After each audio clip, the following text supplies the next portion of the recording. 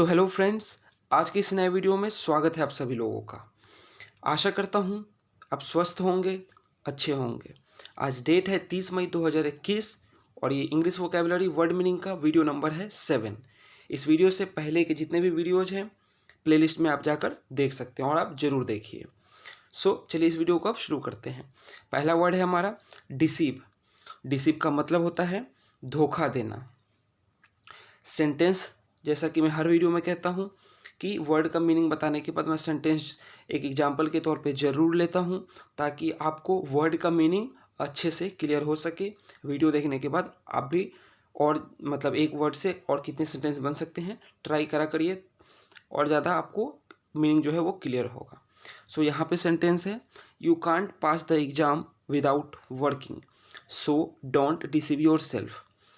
अब देखिए दोस्तों, ज़रूरी नहीं कि हम दूसरों को धोखा देते हैं। अगर मान लीजिए कि एक स्टूडेंट है कोई, वो एग्ज़ाम के समय पढ़ नहीं रहा है और वो इस ख्याल में है, सपने में है कि वो चीटिंग करके या किसी भी प्रकार से वो एग्ज़ाम को पास कर जाएगा। अपने आप को वो धोखा दे रहा होता है। तो हम हमारे घर में जो पेरेंट्स होते हैं वो बोलते हैं ना कि तुम अपने आप को धोखा मत दो, है ना, तुम पढ़ नहीं रहे हो, तुम एग्ज़ाम कैसे क्लियर करोगे।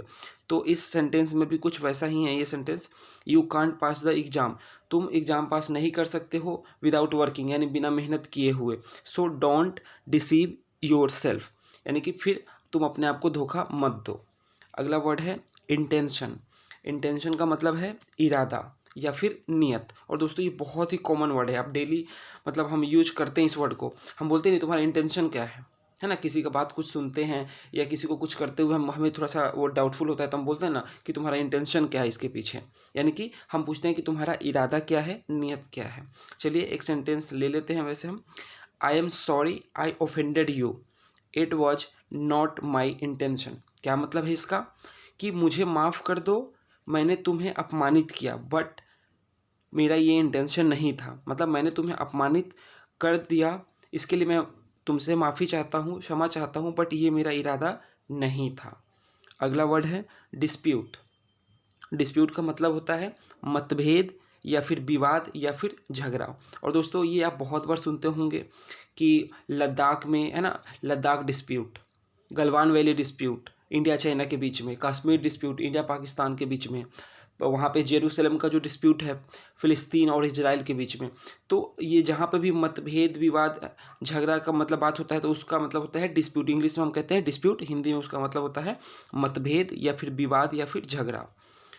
एक सेंटेंस को देख लेते हैं। Don't let a little dispute break up a great friendship. क्या मतलब है इसका कि अगर मान लो कि दो दोस्त हैं, ठीक है, उनके बीच में मतभेद होगा ही, ऐसा तो है नहीं कि मतलब किसी भी इशू पे मतलब कभी भी उनके बीच में मतभेद या लड़ाई या फिर झगड़ा ना हो, ऐसा हो नहीं सकता है। अगर मान लीजिए कि छोटे मोटे अगर मतभेद होते भी हैं तो हमें उस दोस्ती को नहीं तोड़ना चाहिए। इस सेंटेंस में यही कहा जा रहा है, don't let a little dispute break up a great friendship, कि जो छोटे मोटे विवाद हैं उनको आप इस हद तक मत ले जाओ कि उससे जो आपका एक बहुत पुराना बहुत अच्छा रिलेशन है दोस्त के साथ, बहुत अच्छी दोस्ती है, वो टूट जाए। लिटिल डिस्प्यूट, है ना, don't let a little dispute. Dispute का मतलब होता है यहाँ पे मतभेद, झगड़ा। नेक्स्ट वर्ड है रिपेंट। रिपेंट का मतलब होता है पछताना या फिर पछतावा करना, है ना। आपने कुछ ऐसा किसी को कह दिया है या ऐसा कोई काम किया, बाद में आप उसको लेकर पछता रहे हैं, तो इसका रिपेंट का मतलब होता है पछताना या फिर पछतावा करना।